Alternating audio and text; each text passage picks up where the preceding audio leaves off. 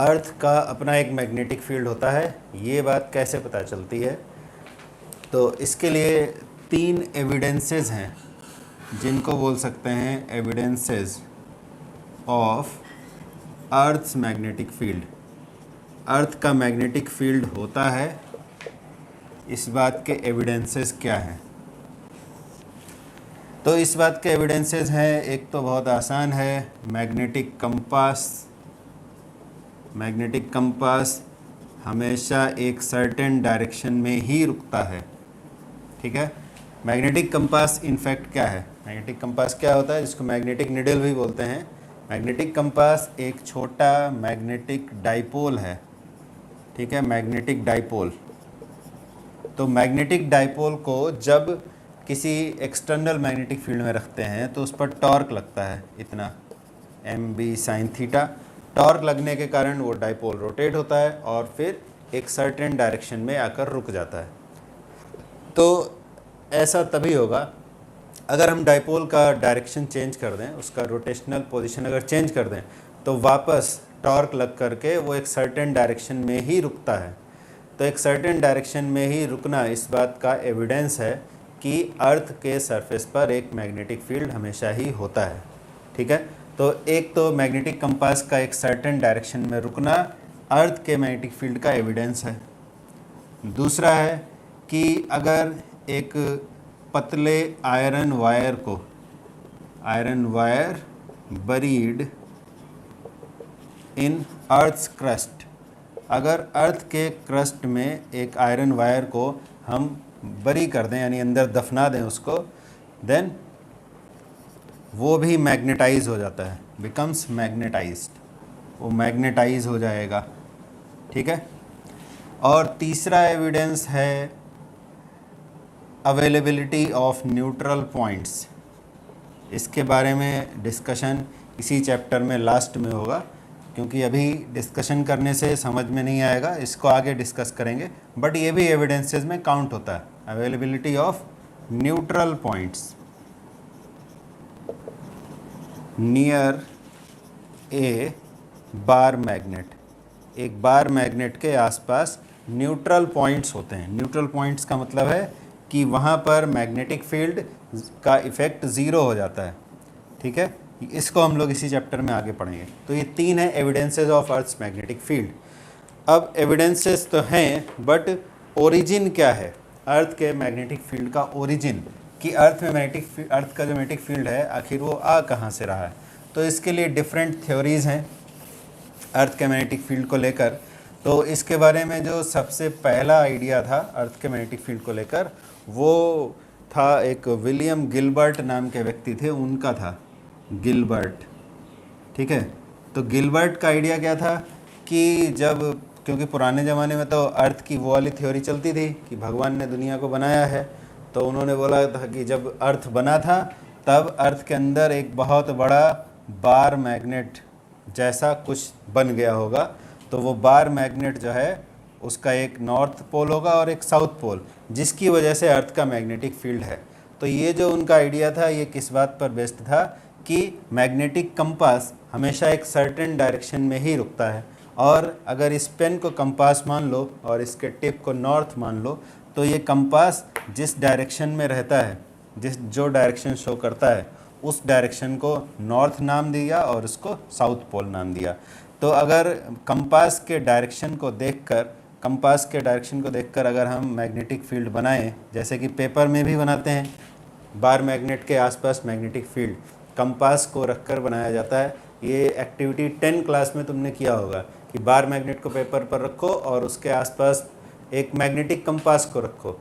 तो magnetic compass का head जिस डायरेक्शन में होता है वहाँ पर ऐसे पॉइंट लगाते हुए चले जाओ। ठीक है, तो उस तरह से ही यहाँ अगर मैग्नेटिक फील्ड बनाया जाए, अर्थ का मैग्नेटिक फील्ड, तो वो कुछ इस तरह का आता है। ठीक है, ये कंपास के दिखाए गए डायरेक्शन के बेसिस पर मैग्नेटिक फील्ड अगर बनाया जाए तो वो ऐसे आएगा। ये विलियम गिलबर्ट का आइडिया था और इसी के अकॉर्डिंग उन्होंने नॉर्थ साउथ नाम रख दिए। ठीक है, नॉर्थ से बाहर निकलते हुए ये यहाँ पर उल्टा बन गया है डायरेक्शन, नहीं, ठीक बना था, ऐसे ही है। ये डायरेक्शन क्या चीज़ के हैं, ये कंपास जो डायरेक्शन शो करता है वो डायरेक्शंस है, ठीक है। कंपास जो डायरेक्शन शो कर रहा है उसके अकॉर्डिंग हमने बनाया है। लेकिन यहाँ पर तुम देख रहे हो, यहाँ हमने नॉर्थ लिखा है, यहाँ साउथ लिखा है, तो ये क्यों लिखा है इसका लॉजिक अभी पता चलेगा। अभी तुम्हें उल्टा लग रहा होगा कि साउथ से फील्ड लाइन निकलते हुए दिखा दिए हमने, ठीक है, और नॉर्थ में एंटर करते हुए दिखा दिए। तो ऐसा क्यों है, ये अभी आगे डिस्कशन से पता चल जाएगा कि ऐसा क्यों हुआ कि नॉर्थ में अंदर आते हुए फील्ड लाइंस दिखाई दे रहे हैं। ये डायग्राम सही है, डायग्राम गलत नहीं है, बट यहाँ पर लॉजिकल एक्सप्लेनेशन है इस बात का कि यहाँ नॉर्थ लिखा है तो फील्ड लाइन अंदर क्यों आ रहे हैं, ठीक है। तो इसका एक्सप्लेनेशन आगे मिल जाएगा अपने आप से, इस डिस्कशन को जब आगे बढ़ाएंगे। ये हमने क्या बताया, ये फील्ड लाइंस जो हैं ये कंपास जो डायरेक्शन शो करता है उसके अकॉर्डिंग बनाए गए, ठीक है। तो गिलबर्ट का आइडिया था कि अर्थ के एक्सिस के अलोंग एक बार मैग्नेट रखा हुआ है, इस तरह से अर्थ का मैग्नेटिक फील्ड बिहेव करता है, कंपास में ऐसा डायरेक्शन शो करता है। तो ऑब्वियसली ये गिलबर्ट का जो आइडिया था ये एक्सेप्ट नहीं किया गया, बाकी जो साइंटिफिक कम्युनिटी थी उसमें एक्सेप्ट नहीं हुआ। ऑब्वियसली नहीं होगा, क्योंकि पहली बात तो कि इतना बड़ा बार मैग्नेट बना कैसे, इस बारे में उनके पास कोई जस्टिफिकेशन नहीं था कि भाई तुमने बोल दिया एक्सिस के अलोंग एक बार मैग्नेट है, बहुत बड़ा सा बार मैग्नेट जो इस पोल से उस पोल तक लेंथ है उसकी, लेकिन ये बार मैग्नेट बना कैसे होगा, इस बारे में गिलबर्ट के पास कोई आइडिया नहीं था। दूसरी बात, जब बाद में पता चला कि अर्थ का जो कोर है वहाँ टेम्परेचर बहुत ज़्यादा है, अप्रॉक्सीमेटली सन के टेम्परेचर के बराबर, यहाँ पर अर्थ का जो कोर है यहाँ टेम्परेचर बहुत ज़्यादा है। तो इतने ज़्यादा टेम्परेचर पर मैग्नेटिक प्रॉपर्टीज़ ख़त्म हो जाती हैं। ये जो हमारा डिलीटेड सिलेबस था 12th का, उसी में ये डिस्कशन भी था कि टेम्परेचर बढ़ाने से मैग्नेट की मैग्नेटिक प्रॉपर्टीज़ ख़त्म हो जाती हैं या घट जाती हैं। तो अर्थ में कोर में इतना ज़्यादा टेम्परेचर है कि इस बार मैग्नेट का मैग्नेटिक प्रॉपर्टी शो करते रहना पॉसिबल नहीं है। इसलिए गिलबर्ट का ये आइडिया कि अर्थ के एक्सिस के अलोंग एक बहुत बड़ा बार मैग्नेट रखा हुआ है, ये आइडिया एक्सेप्ट नहीं हुआ। बट फिर भी ऐसा नहीं है कि उनके आइडिया में बताई गई हर बात को पूरी तरह नेग्लेक्ट कर दिया गया। उसका कुछ जो आइडिया का कुछ पार्ट था वो फिर भी वैलिड है और वो हमारे काम भी आता है। जैसे कि ये यहाँ पर बना हुआ है कि बार मैग्नेट भले ही नहीं है, बट हम ऐसा इमेजिन कर सकते हैं कि एक बार मैग्नेट जैसा कुछ होगा, ठीक है। एग्जैक्टली बार मैग्नेट नहीं है, बट ऐसा माना जा सकता है बार मैग्नेट जैसा कुछ होगा। और वो किस बेसिस पे कहा जा सकता है, क्योंकि जो कंपास डायरेक्शन दिखाता है मैग्नेटिक फील्ड का वो इस तरह का है कि जैसे यहाँ बार मैग्नेट हो, है नहीं वो अलग बात है, ठीक है। तो गिलबर्ट की जो ये वाली थ्योरी थी ये तो काम आई नहीं, क्योंकि इसमें कुछ क्वेश्चंस थे जिनका जवाब नहीं मिल सका। फिर एक दूसरा कॉन्सेप्ट है कि अंदर जब हाई टेम्परेचर है वहाँ पर लावा रहता है, अर्थ के कोर में होता है लावा, लावा में होते हैं पिघले हुए मेटल्स, और इतने ज़्यादा टेम्परेचर है कि वहाँ पर जो मटेरियल है वो अपने आयनिक स्टेट में रहता है।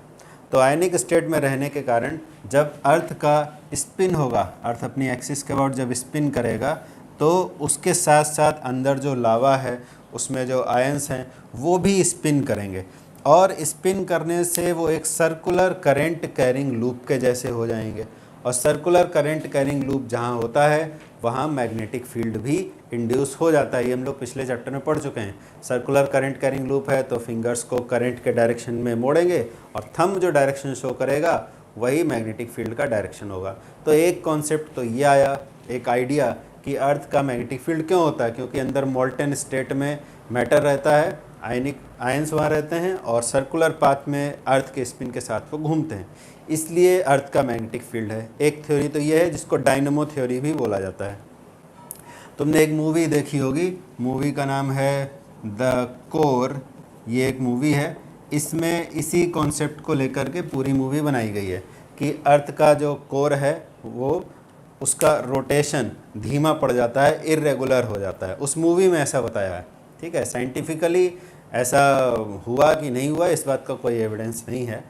तो यहाँ पर क्योंकि जो अंदर डायनमो है यानी जो स्पिन करता हुआ मोल्टेन स्टेट में मैटर है उसका रोटेशन इरेगुलर हो जाता है, और जिसकी वजह से अर्थ के मैग्नेटिक फील्ड में भी काफ़ी इरेगुलरिटीज़ दिखाई देती हैं। यानी जो रेगुलरली जहाँ अर्थ के जिस प्लेस में मैग्नेटिक फील्ड होना चाहिए, जितना होना चाहिए, जिस डायरेक्शन में होना चाहिए, वो डिस्टर्ब हो जाता है।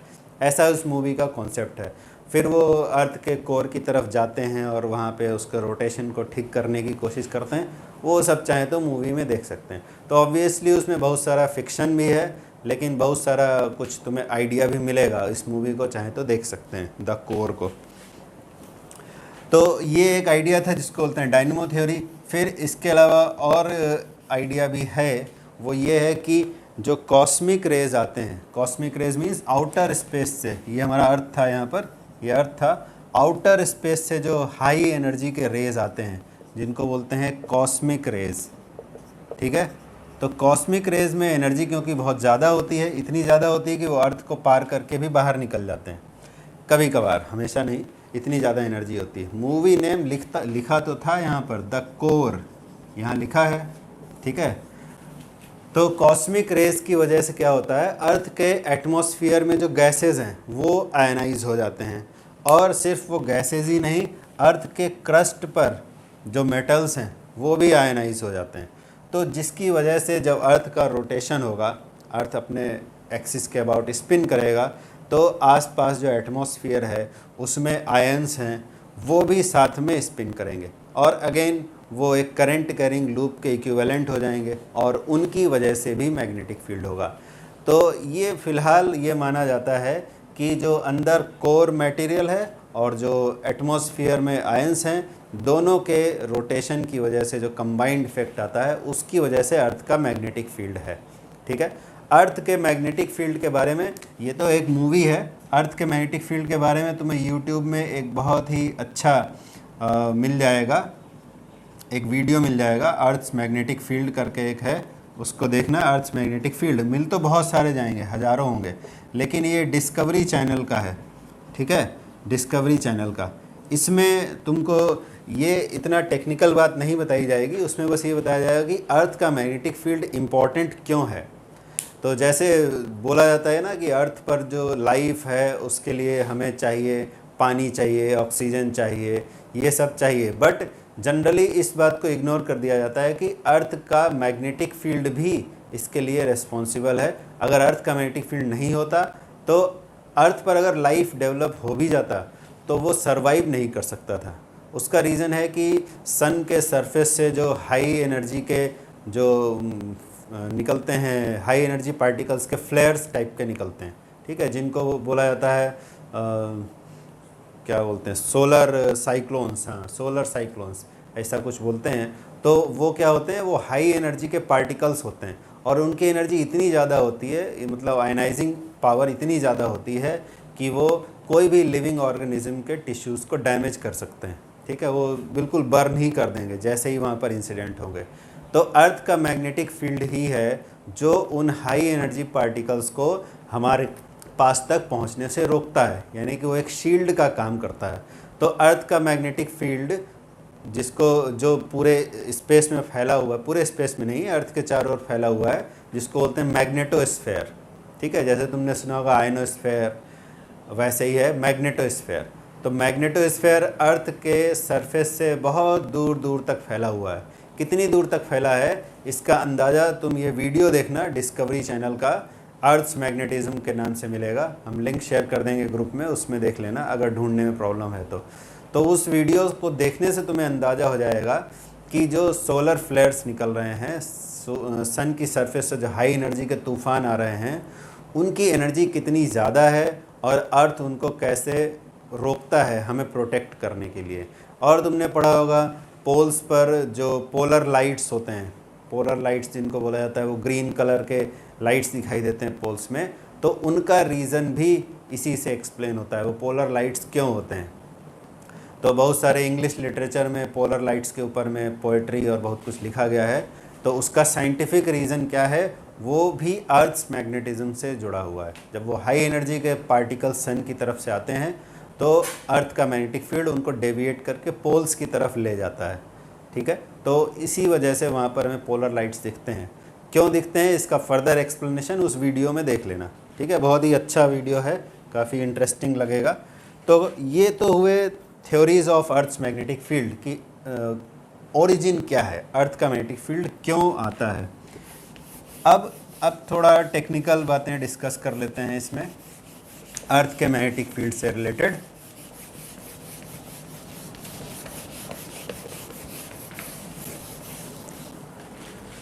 तो सपोज़ ये हमारे पास हमने अर्थ बना लिया और ये इसका एक्सिस ऑफ रोटेशन है, मान लो। एक्सिस ऑफ रोटेशन भी कुछ झुका हुआ है, ये सभी लोग जानते हैं, बट हमने ऐसे सीधा बना दिया, ठीक है। तो ये अर्थ का एक्सिस ऑफ रोटेशन है, इसको जियोग्राफिक एक्सिस बोलते हैं, जियोग्राफिक एक्सिस, ठीक है। इसको बोलते हैं जियोग्राफिक एक्सिस, जिस एक्सिस के अबाउट रोटेट होता है। और ये एक्सिस अर्थ सरफेस पर जिस पॉइंट पर इंटरसेक्ट करता है उसको ये हैं पोल्स, तो इसको बोलेंगे जियोग्राफिक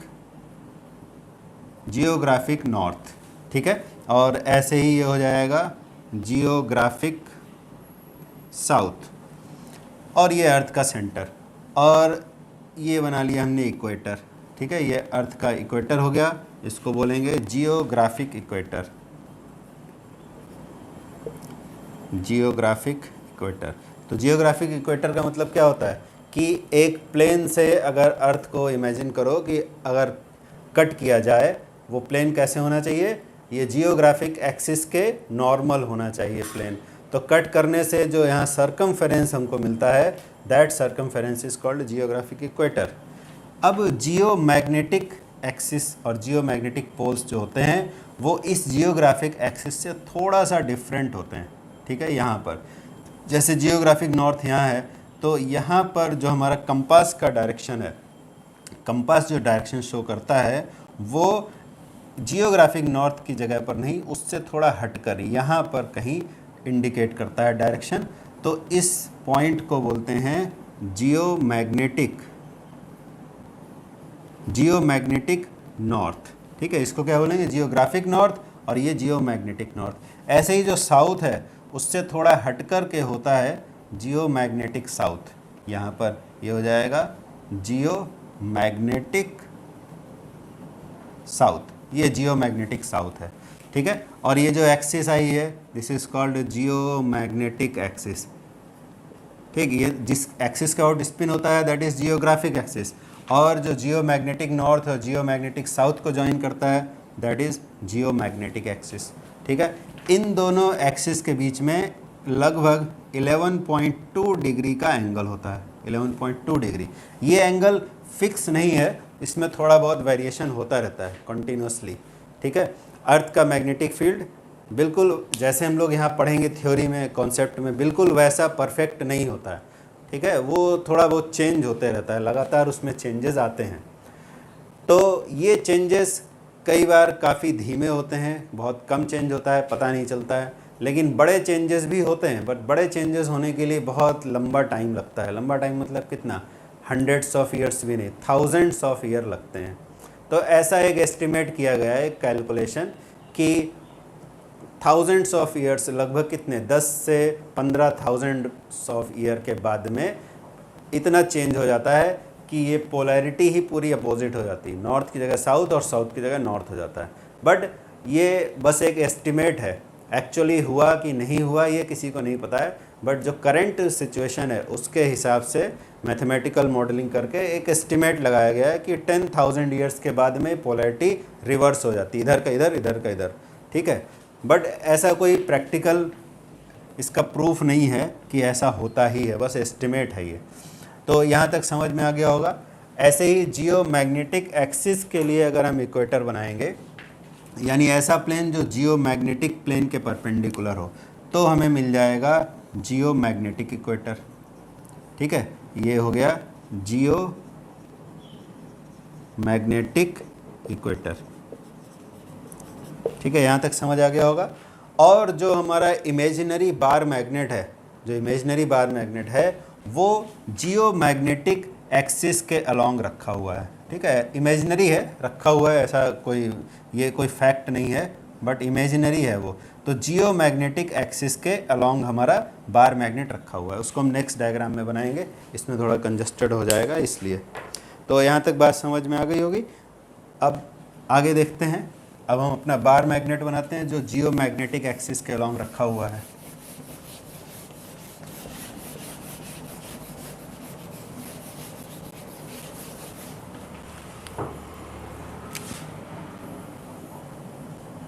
तो ये तो हमारा था जियोग्राफिक एक्सिस, और इससे लगभग 11.2 डिग्री पर, ये ज़्यादा एंगल दिखाई दे रहा है बट ये होता है 11.2 डिग्री। तो हमारा जो मैग्नेट है, इमेजिनरी बार मैग्नेट, जो गिलबर्ट का आइडिया था उसके हिसाब से ऐसे रखा हुआ है जियोमैग्नेटिक एक्सिस के अलोंग, ठीक है, ऐसे रखा हुआ है। अब ज़रा ध्यान देना, यहाँ पर थोड़ा कन्फ्यूज़न होगा, अगर नहीं समझोगे तो फिर कंफ्यूज हो जाओगे। तो ये बात इम्पॉर्टेंट है कि क्या बोला गया था कि यहाँ जो मैग्नेटिक फील्ड लाइंस हम लोग बनाते हैं अर्थ के मैग्नेटिक फील्ड के, वो डिपेंड करता है किस पर, वो कंपास जो डायरेक्शन शो करता है उसके अकॉर्डिंग बनाते हैं। तो ये ब्लैक वाले जो लाइंस हैं ये है कंपास जो डायरेक्शन हमें शो करता है उसके अकॉर्डिंग डायरेक्शन बनाया गया, ठीक है, ऐसे अर्थ के मैग्नेटिक फील्ड का। तो ये डायरेक्शन कैसे होता है कि जो हमारा साउथ पोल है, इस तरफ साउथ पोल बनाते हैं जनरली, तो साउथ से स्टार्ट होकर नॉर्थ में जा रहा है। ये तुम्हें उल्टी बात लगेगी, क्योंकि जब हम बार मैग्नेट बनाते हैं तो उसमें क्या शो करते हैं कि नॉर्थ से मैग्नेटिक फील्ड लाइंस निकलेंगे और साउथ में एंटर करेंगे ऐसे, ठीक है, नॉर्थ से बाहर आते हुए और साउथ में अंदर जाते हुए ऐसे फील्ड लाइन बनाते हैं। लेकिन यहाँ पर तुम्हें उल्टा दिखाई दे रहा है। यहाँ क्या दिखाई दे रहा है, साउथ से फील्ड लाइन निकला और नॉर्थ में एंटर किया। तो ऐसा इसलिए है क्योंकि ये जो फील्ड लाइन है ये एक्चुअल मैग्नेटिक फील्ड है, ये कंपास जो हमें डायरेक्शन शो करता है उसके अकॉर्डिंग बनाया हुआ है। लेकिन जो अर्थ के पोल्स के नाम रखे गए थे पहले ही, अर्थ के पोल्स के नाम कैसे रखे गए कि कंपास का हेड जिस तरफ है उसका नाम रख दिया गया नॉर्थ, ठीक है, समझ में आ रही बात, ध्यान से सुनना। और कंपास का टेल जिस तरफ था उधर रख दिया गया नाम साउथ। बट अब लॉजिकली अगर तुम सोचो कि कंपास में एक तरफ होता है नॉर्थ, ये मान लो कंपास निडल है, ये नॉर्थ है, ये साउथ है, तो कंपास निडल का नॉर्थ किसकी तरफ अट्रैक्ट होगा? क्या कंपास निडल का नॉर्थ नॉर्थ की तरफ अट्रैक्ट होगा? किसी बार मैग्नेट के पास में अगर हम कंपास निडल को ले जाके रखें और देखें तो कंपास का जो हेड है, कंपास का हेड वो बार मैग्नेट के साउथ की तरफ अट्रैक्ट होता है, और कंपास का टेल यानी कि साउथ वो बार मैग्नेट के नॉर्थ की तरफ अट्रैक्ट होता है, नॉर्थ की तरफ अट्रैक्ट नहीं होता है। तो इसका मतलब ये होगा कि भले ही यहाँ पर अर्थ के इस पोल का नाम नॉर्थ है और इस पोल का नाम साउथ है, बट जो कंपास हमें मैग्नेटिक फील्ड दिखा रहा है उसके अकॉर्डिंग अर्थ के मैग्नेटिक फील्ड का साउथ यहाँ पर होना चाहिए और यहाँ पर होना चाहिए अर्थ के मैग्नेटिक फील्ड का नॉर्थ। ठीक है, बात समझ में आ गई?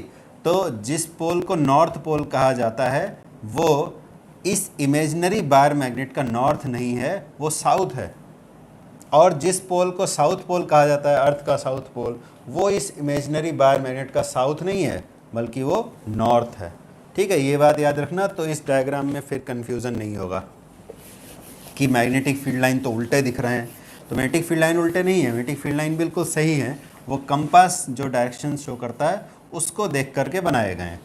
और पुराने ज़माने में नाम रख दिया गया कि इधर नॉर्थ इधर साउथ, बट जो मैग्नेटिक फील्ड है उसके बिहेवियर से इस बात का एविडेंस मिलता है कि इधर साउथ होगा इस इमेजिनरी बार मैग्नेट का, और इधर इस इमेजिनरी बार मैग्नेट का नॉर्थ होगा। तो ऐसे ही चाहें तो और मैग्नेटिक फील्ड लाइंस कुछ बना लेते हैं। ये हो गया, ये और एक फील्ड लाइन बना लिया, और ऐसे कुछ फील्ड लाइंस बना देते हैं इस तरह से। ठीक है, ये हमने और एक दो फील्ड लाइंस बना दिए। तो ये अर्थ का मैग्नेटिक फील्ड हो गया। ठीक, अब ज़रा यहाँ पर ध्यान देने की बात है कि कंपास का जो बिहेवियर है वो किस तरह का होगा। तो ये फील्ड लाइंस के अकॉर्डिंग ही कंपास का बिहेवियर होगा। तो किसी पॉइंट पर अगर हमें बनाना है मैग्नेटिक फील्ड का डायरेक्शन, मान लो इस पॉइंट पे बनाना है कि कंपास किधर डायरेक्शन शो करेगा, तो इस पॉइंट पर एक टेंजेंट ड्रॉ किया जाएगा। तो टेंजेंट का जो डायरेक्शन है वही हमारे कंपास निडल का डायरेक्शन होगा। यहाँ पर अगर रखा कंपास तो कंपास ऐसे डायरेक्शन शो करेगा। ठीक है, और देखो यहाँ पर अगर कंपास रखा तो टेंजेंट ऐसे हो जाएगा। तो ये जो छोटे सर्कल्स हैं ये कंपास है। कंपास का जो हेड है वो नॉर्थ की तरफ पॉइंटेड होता है। ठीक है, तो ये हमारा कंपास का पोजीशन अगर देखें, यहाँ पर अगर देखें इस पॉइंट पर, यहाँ अगर टेंजेंट बनाया तो ऐसे आएगा। ठीक है। बिल्कुल यहाँ पर अगर आ गए टेंजेंट बनाया तो ऐसे आएगा, यहाँ जब पहुँच गए बिल्कुल इस पॉइंट पे तो टेंजेंट ऐसे आएगा। तो इससे क्या समझ में आ रहा है कि जब हम साउथ पोल पर होते हैं, अर्थ का साउथ पोल, यहाँ नॉर्थ लिखा है उससे मतलब नहीं है, अर्थ के साउथ पोल पर जब होते हैं तो कंपास का टेल अर्थ के सरफेस की तरफ है और हेड ऊपर आसमान की तरफ। फिर जैसे जैसे आगे बढ़े इक्वेटर वाली पोजीशन पर आए, ये इक्वेटर वाली पोजीशन है, यहाँ पर देखो तो कंपास का जो डायरेक्शन है वो अर्थ के सरफेस के पैरेलल है, ये अर्थ का सरफेस यहाँ पर, ठीक है। तो कंपास का डायरेक्शन अर्थ के सरफेस के पैरेलल है। यहाँ पर जब थे पोल पर तो क्या था, ये टिप को मान लो पेन के टिप को नॉर्थ पोल, तो यहाँ क्या था और टेल साउथ, तो साउथ सरफेस की तरफ था और नॉर्थ आसमान की तरफ था। जैसे जैसे इक्वेटर पर आए तो कंपास अर्थ सरफेस के पैरेलल हो गया, और फिर जब हम नॉर्थ पोल की तरफ जैसे जैसे बढ़ते हैं तो ये हेड, कंपास का हेड अर्थ सरफेस की तरफ नीचे की तरफ झुकते चला जाता है। और जब यह एग्जैक्टली यहाँ पहुँच गए नॉर्थ पोल पे, तो नॉर्थ पोल पर ही हम नीचे खड़े हुए हैं, हमारे पैरों के नीचे ही नॉर्थ पोल है, तो कंपास का नॉर्थ किधर हो जाएगा, एकदम वर्टिकली डाउनवर्ड, और साउथ किधर हो जाएगा, आसमान की तरफ, ठीक है। तो कंपास का बिहेवियर कैसा होगा, ऐसे ऐसे आएगा, ठीक है, यहाँ पर आकर पूरा ऐसे हो जाएगा। अगर फिर भी नहीं समझ में आया तो मेरे पास एक छोटा सा ग्लोब है, इसमें भी समझ सकते हैं। यहाँ पर देख लो, ये सपोज अर्थ है, ठीक है, तो ये हमारा साउथ पोल है इधर और इधर है नॉर्थ पोल। तो कंपास का बिहेवियर कैसा होगा, जब साउथ पोल पर होंगे तो कंपास ऐसे होगा, ठीक है। ये पेन का जो टिप है उसको नॉर्थ मान लो, तो ये, और इधर है साउथ, तो अर्थ सरफेस की तरफ कौन है, साउथ पोल। और जैसे जैसे आगे बढ़ेंगे तो कंपास ऐसे घूम जाएगा, इक्वेटर पर जब पहुंचोगे इक्वेटर पर तो अर्थ सरफेस के पैरेलल हो जाएगा, ये अर्थ सरफेस यहाँ इसके पैरेलल लाइन ऐसे बनेगी और कंपास ऐसे हो जाएगा, तो अर्थ सरफेस के पैरेलल हो जाएगा। जैसे जैसे ऊपर की तरफ जाओगे तो नॉर्थ, कंपास का नॉर्थ नीचे झुकता चला जाएगा, और नॉर्थ पोल पर जब पहुँच गए, ठीक है, बिकॉज कंपास का बिहेवियर क्या होता है, कंपास का नॉर्थ हमेशा अर्थ के नॉर्थ की तरफ डायरेक्टेड होगा। तो जब हम नॉर्थ पोल पर ही आ गए हैं तो नॉर्थ पोल पर मान लो हम खड़े हो गए, ठीक है, हम सपोज़ घूमने चले गए यहाँ पर ग्रीनलैंड में, तो ग्रीनलैंड एकदम नॉर्थ पोल के पास में है, तो नॉर्थ पोल हमारे पैरों के नीचे होगा, और हमारे हाथ में अगर कंपास है तो वो किधर की तरफ डायरेक्टेड होगा, ऐसे पैरों की तरफ डायरेक्टेड होगा, क्योंकि नॉर्थ पोल वहीं पर है, ठीक है, इस तरह से। और अगर हम साउथ पोल में चले जाएं, यहाँ पर चले जाएं एंटार्कटिक में, तो एंटार्कटिक में जाने पर क्या होगा, वो साउथ पोल पे, हमारे पैरों के नीचे साउथ पोल है, तो कंपास का साउथ पोल नीचे की तरफ हो जाएगा, ठीक है। तो ये जो एंगल तुम देख रहे हो चेंज होते हुए, ये ऐसे एंगल चेंज हो रहा है कंपास का, ठीक है। अगर हम इक्वेटर पे हों, जैसे कि हमारा कंट्री इक्वेटर के पास है, इंडिया में एग्जैक्टली इक्वेटर पे नहीं है, इक्वेटर के पास है, तो इक्वेटर के पास वाली जगहों पर क्या होगा, कंपास अर्थ सरफेस के हॉरिजॉन्टल हो जाएगा, अर्थ सरफेस के पैरेलल, सॉरी, अर्थ सरफेस के पैरेलल ऐसे हो जाएगा। जब हम नॉर्थ पोल पे जाएंगे तो क्या होगा, सॉरी, नॉर्थ पोल पे जब जाएंगे तो ऐसे होगा, इक्वेटर पर ऐसे होगा, साउथ पोल पर ऐसे होगा, ठीक है। तो ये जो एंगल में चेंज तुमको दिखाई दे रहा है हॉरिजॉन्टल से, अगर हम इक्वेटर से साउथ की तरफ जाते हैं तो साउथ पोल नीचे की तरफ होगा, नॉर्थ ऊपर, और जब हम इक्वेटर से नॉर्थ की तरफ जाते हैं तो नॉर्थ पोल नीचे झुकने लगेगा, साउथ पोल ऊपर की तरफ हो जाएगा, ठीक है। तो हॉरिजॉन्टल से जो डायरेक्शन इसका एंगल चेंज हो रहा है, ये एंगल, या फिर इधर की तरफ भी मान लो, तो ये जो एंगल है हॉरिजॉन्टल से जो एंगल बन रहा है, this angle is called angle of dip. Very important question. अगर हमारे पास ऐसा कंपास हो जो वर्टिकल प्लेन में रोटेट हो सकता है, ठीक है, तो इक्वेटर पर रहेंगे तो कंपास ऐसे रहेगा, जब हम साउथ पोल की तरफ जाएंगे तो क्या होगा, ये इस तरह से हो जाएगा, यानी एग्जैक्टली साउथ पोल पे जब जाएंगे तो हॉरिजॉन्टल से 90 डिग्री एंगल पर कंपास हो जाएगा, तो हम बोलेंगे angle of dip at south pole is 90 degree.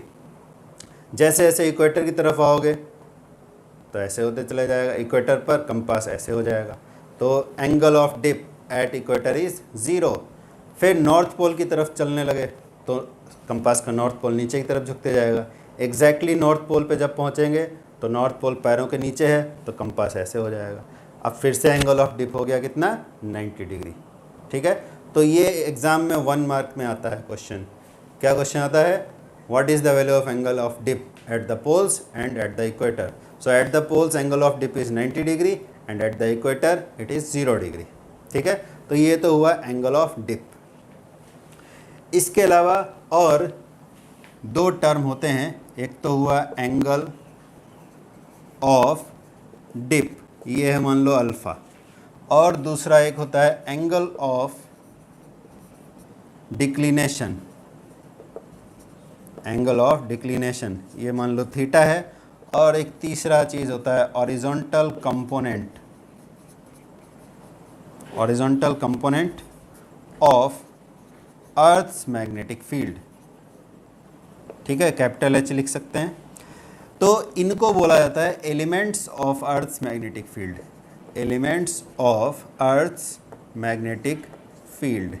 ठीक है, elements of earth's magnetic field इसलिए कहते हैं क्योंकि अर्थ के सरफेस पर किसी पॉइंट पर अगर हमें ये तीन चीज़ें पता हैं, angle of dip, angle of declination और horizontal component of earth's magnetic field, तो अर्थ के मैग्नेटिक फील्ड के बारे में बाकी सारी जानकारी हमें मिल जाती है। ठीक है, तो इन तीन को पता होना ज़रूरी है, इसीलिए इनको बोला जाता है elements of earth's magnetic field. तो एंगल ऑफ डिप का मीनिंग तो समझ ही गए होंगे। एंगल ऑफ डिक्लिनेशन का मतलब क्या है? एंगल ऑफ डिक्लिनेशन का मतलब है कि जब हम अर्थ सरफेस के किसी पॉइंट पर होंगे तो हम वहाँ से अर्थ सरफेस के नॉर्मल दो प्लेन्स कंसिडर करें, दो प्लेन, एक प्लेन जो जियोग्राफिक एक्सिस को इंक्लूड करता है और एक प्लेन जो जियोमैग्नेटिक एक्सिस को इंक्लूड करता है। ठीक है, किसी भी पॉइंट पर, तो उन दोनों प्लेन्स के बीच में जो एंगल बनता है that plane is called angle of declination. ठीक है, तो वो जो प्लेन्स हैं उनको कहा जाता है मेरिडियन। तो एक हो जाएगा जियोग्राफिक मेरिडियन, जियोग्राफिक मेरिडियन, और दूसरा geomagnetic meridian, geomagnetic meridian, DIAN। ठीक, तो geographic meridian is the plane which is normal to the surface of earth and which includes the geographic axis, और उसी जगह पर एक दूसरा प्लेन बनाए जो जियोमैग्नेटिक एक्सिस को इंक्लूड करता है, that is called geomagnetic meridian. ठीक है, जैसे अभी बताया था इधर से हमने देखा था एंगल 11.2 डिग्री, बट वो एक पर्टिकुलर पोजीशन से 11.2 डिग्री है, डिफरेंट पोजीशन में डिफरेंट होता है। वो इक्वेटर वाली जगह में रह करके मेज़र किया जाए तो 11.2 डिग्री आएगा, बट दूसरी पोजीशन में जाएंगे तो कुछ और वैल्यू आएगी, वो क्वेश्चन में गिवन रहता है। तो जियोग्राफिक मेरिडियन और जियोमैग्नेटिक मेरिडियन के बीच में जो एंगल बनता है उसको बोलते हैं angle of declination. Angle between geographic meridian and geomagnetic meridian is called what? Angle of declination, angle of declination. ठीक है, तो एंगल ऑफ डिक्लिनेशन हो गया, एंगल ऑफ डिप हो गया। अब horizontal component of earth's magnetic field का क्या मतलब है वो देखें। तो उसके लिए जो डायग्राम है बहुत इजी है बट इम्पॉर्टेंट भी है। तो किसी पॉइंट पर, अर्थ सरफेस के किसी पॉइंट पर अगर हम जियोग्राफिक मेरिडियन और जियोमैग्नेटिक मेरिडियन को इस तरह से बनाएं, तो ये सामने वाली साइड में जो प्लेन है ये है सपोज जियोमैग्नेटिक मेरिडियन। ठीक है, ये है जियोमैग्नेटिक मेरिडियन, और ऐसे बैक साइड में हमने बना लिया ये है सपोज हमारा जियोग्राफिक मेरिडियन, ये बन गया जियोग्राफिक मेरिडियन।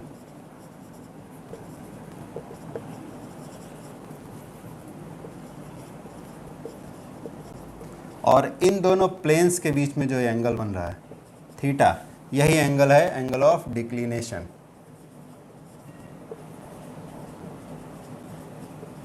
ठीक, अच्छा, अब एंगल ऑफ डिप कहाँ पर होगा? तो एंगल ऑफ डिप जब भी देखा जाएगा तो ये देखना होगा, खाली कंपास कितना झुका हुआ है वो नहीं देखना है, कंपास जियोमैग्नेटिक मेरिडियन में भी होना चाहिए। ठीक है, तो ये बेटर इसको एक्सप्लेन किया जा सकता है, एक वर्टिकल प्लेन में घूमने वाला एक मैग्नेटिक निडल होता है, वो यहाँ तो अवेलेबल नहीं है, हमारे लैब में है, तो कभी लैब में जा कर के दिखाना पड़ेगा। तो उसके लिए थोड़ा वेट करना होगा, लैब में जा कर के उसको वीडियो बना के फिर दिखाया जा सकता है। ठीक है, तो I will try to do that. फ़िलहाल ऐसे समझ लो कि मान लो ये इस तरफ से अगर हम देखें और ये हमारा कंपास है, वर्टिकल प्लेन में घूमने वाला कंपास, तो ऐसे ही हॉरिजॉन्टल दिख रहा है।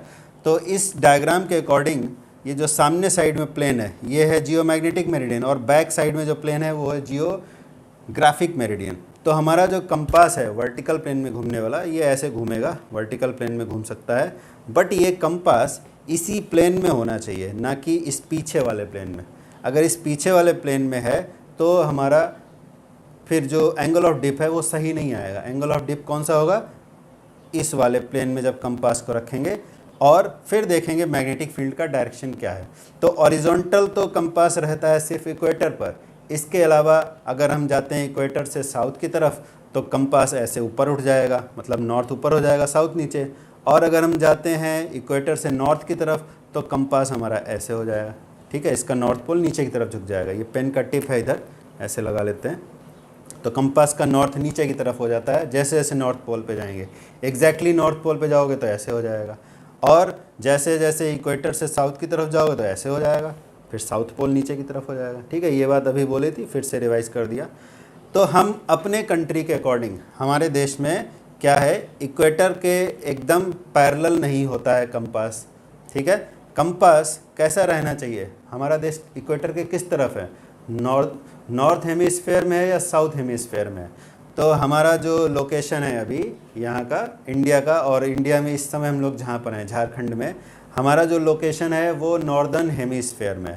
तो ऑब्वियसली नॉर्दर्न हेमिस्फेयर में ये हमारा कंपास एग्जैक्टली हॉरिजॉन्टल नहीं रहेगा, क्योंकि हम इक्वेटर पर नहीं है, इक्वेटर से नॉर्थ की तरफ हैं, तो थोड़ा सा इस तरह से झुका हुआ रहेगा। ठीक है, नीचे की तरफ झुका रहेगा नॉर्थ पोल। समझ में आई बात? तो मैग्नेटिक मेरिडियन में जब हम बनाएंगे कंपास को ऐसे झुका हुआ, तो ये जो एंगल बन रहा है हॉरिजॉन्टल से मैग्नेटिक मेरिडियन में कंपास जो एंगल बनाता है, this angle is called angle of dip. ठीक है, पीछे वाले प्लेन में नहीं, पीछे वाले प्लेन में अगर बनाओगे तो वो गलत माना जाएगा। लेकिन किसी किसी न्यूमेरिकल क्वेश्चन में क्या होता है, जियोग्राफिक मेरिडियन में एंगल ऑफ डिप दे दिया जाता है और बोला जाता है जियोमैग्नेटिक मेरिडियन में एंगल ऑफ डिप बताओ। तो वो क्वेश्चन कैसे सॉल्व होता है ये हम अगले क्लास में डिस्कस करेंगे। अभी बस इतना समझो कि जियोमैग्नेटिक मेरिडियन में हॉरिजॉन्टल से कंपास जो डायरेक्शन दिखा रहा है वही अर्थ के मैग्नेटिक फील्ड का एक्चुअल डायरेक्शन है। ठीक है, तो मान लो कि हमारा जो कंपास है वो जो एंगल दिखा रहा है वो ऐसे है, ये हमारे कंपास का डायरेक्शन है। ठीक है, ये कंपास का डायरेक्शन ऐसे नीचे की तरफ आ रहा है, तो नॉर्दर्न हेमिस्फेयर में हमें इसीलिए ऐसे आ रहा है। सदर्न हेमिस्फेयर में होते तो ये ऐसे होता। तो ये जो डायरेक्शन है यही अर्थ का मैग्नेटिक फील्ड है, इसको हम BE लिख लेते हैं। और ये जो एंगल अभी बताया था ये एंगल ऑफ डिप हो गया। तो इस तरफ जो कंपोनेंट आएगा वो क्या होगा, वो होगा BE cos थीटा। अल्फ़ा है यहाँ पर तो अल्फ़ा ले लेते हैं, BE cos अल्फ़ा। इसी को बोला जाता है horizontal component of earth magnetic field. और BE का जो इधर कंपोनेंट आएगा, देखो इस तरह से था ना हमारा कंपास, ये था कंपास हमारा था ऐसे, हॉरिजॉन्टल कंपोनेंट, वर्टिकल कंपोनेंट। तो जो वर्टिकल कंपोनेंट आएगा अर्थ का मैग्नेटिक फील्ड का वो कितना आएगा, उसको ऐसे बना देते हैं, ये आ जाएगा BE साइन अल्फ़ा, इधर आ गया BE cos अल्फ़ा। तो यही है horizontal component of earth magnetic field, ये एंगल ऑफ डिप, ये एंगल ऑफ डिक्लिनेशन। ठीक है, तो इन तीनों को कंबाइनली बोला जाता है elements of earth magnetic field. तो इनका रिलेशन यहाँ से आसानी से पता कर सकते हैं। देखो इसको V लिख लेते हैं, वर्टिकल कंपोनेंट। तो अगर हम V square plus H square करेंगे तो क्या आएगा, देखो V square BE square sine square alpha, और इधर क्या आ जाएगा BE square cos square alpha equal to BE square. ठीक है, यानी कि अर्थ का मैग्नेटिक फील्ड अगर हमें चाहिए किसी पॉइंट पर तो V square plus H square करने से आ जाएगा। और एंगल ऑफ डिप का रिलेशन अगर चाहिए तो वो भी बहुत सिंपल है, V बाई एच अगर कर दो, V बाई एच तो क्या आएगा BE sine alpha by BE cos alpha, ये डिवाइड हो गया तो V by H equal to आ जाएगा tan अल्फ़ा। यहाँ से अल्फ़ा की वैल्यू निकालनी है तो tan इनवर्स V/H, ये रिलेशन आ गया। तो इन रिलेशंस का डायरेक्ट क्वेश्चन भी आता है, वो 1 मार्क में आएगा।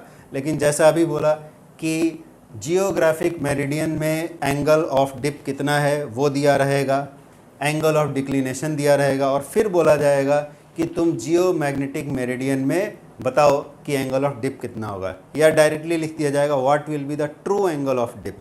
ठीक है, तो क्या दिया रहेगा, angle of dip in a geographic meridian, या ऐसे लिखा रहेगा कि एक कोई प्लेन है, वहाँ पे ये भी नहीं लिखा रहेगा जियोग्राफिक मेरिडियन, मैग्नेटिक मेरिडियन, ऐसा नहीं लिखा रहेगा, बस ऐसा लिख दिया जाएगा कि एक प्लेन है उसमें एंगल ऑफ डिप इतना है, उस प्लेन के साथ एक दूसरा प्लेन है उसके साथ एंगल ऑफ डिक्लिनेशन गिवन रहेगा, तो पूछेगा उस दूसरे प्लेन में बताओ कि एंगल ऑफ डिप कितना होगा। तो क्वेश्चन इजी है, बस थोड़ा 3 डायमेंशनली इसको सिचुएशन को इमेजिन करना पड़ता है और सॉल्व हो जाता है। ठीक है, तो एक्सरसाइज एनसीईआरटी बुक में देखना है, उस तरह का 1 या 2 क्वेश्चन तुम्हें मिल जाएगा। तो इस टॉपिक के 1-2 क्वेश्चन कर लेना ही सफिशिएंट होगा। अर्थ मैग्नेटिज्म कोई बड़ा टॉपिक नहीं है बट इम्पॉर्टेंट है। तो अभी जैसे सिलेबस काफ़ी कम कर दिया गया है, तो अभी छोटे टॉपिक्स का इम्पोर्टेंस और ज़्यादा बढ़ गया है, क्योंकि सिलेबस कम हो गया है but total weightage of marks अभी भी 70 ही है। पहले भी 70 था, अभी भी 70 है। तो ऑब्वियसली जो छोटे टॉपिक्स हैं उनका वेटेज और ज़्यादा बढ़ गया। जो बड़े टॉपिक हैं उन पे ज़्यादा फ़र्क नहीं पड़ेगा, जैसे इलेक्ट्रोस्टैटिक्स है, उसका वेटेज भी ज़्यादा था लेकिन उसका कंटेंट भी ज़्यादा था। छोटे टॉपिक्स में क्या हुआ कि उनका कंटेंट और कम हो गया, तो उनका वेटेज और ज़्यादा बढ़ गया। ठीक है, तो इसलिए छोटे टॉपिक्स पर ज़्यादा ध्यान देना फ़ायदेमंद रहेगा इस बार के बोर्ड एग्ज़ाम्स के लिए। तो ये चैप्टर जो था मैग्नेटिक प्रॉपर्टीज़ एंड मैग्नेटिज्म, ऐसे तो काफ़ी बड़ा था बट अभी जो नया सिलेबस है उसके अकॉर्डिंग ये चैप्टर कंप्लीट हो गया है। तो इसमें हमने क्या पढ़ा, मैग्नेटिज्म में जो प्रॉपर्टीज़ है, मैग्नेटिक प्रॉपर्टीज़, वो डिटेल में नहीं पढ़े बट शॉर्ट में हमने देखा कि हर एक एटम एक छोटे मैग्नेटिक डाइपोल के जैसे बिहेव करता है, जिसकी वजह से मटेरियल में मैग्नेटिक प्रॉपर्टीज़ होती हैं। और एटम क्यों बिहेव करता है मैग्नेटिक डाइपोल जैसा, वो जो उसमें रिवॉल्विंग इलेक्ट्रॉन्स हैं उनकी वजह से। और फिर ये अर्थ मैग्नेटिज्म। ठीक है, तो आज यहीं तक।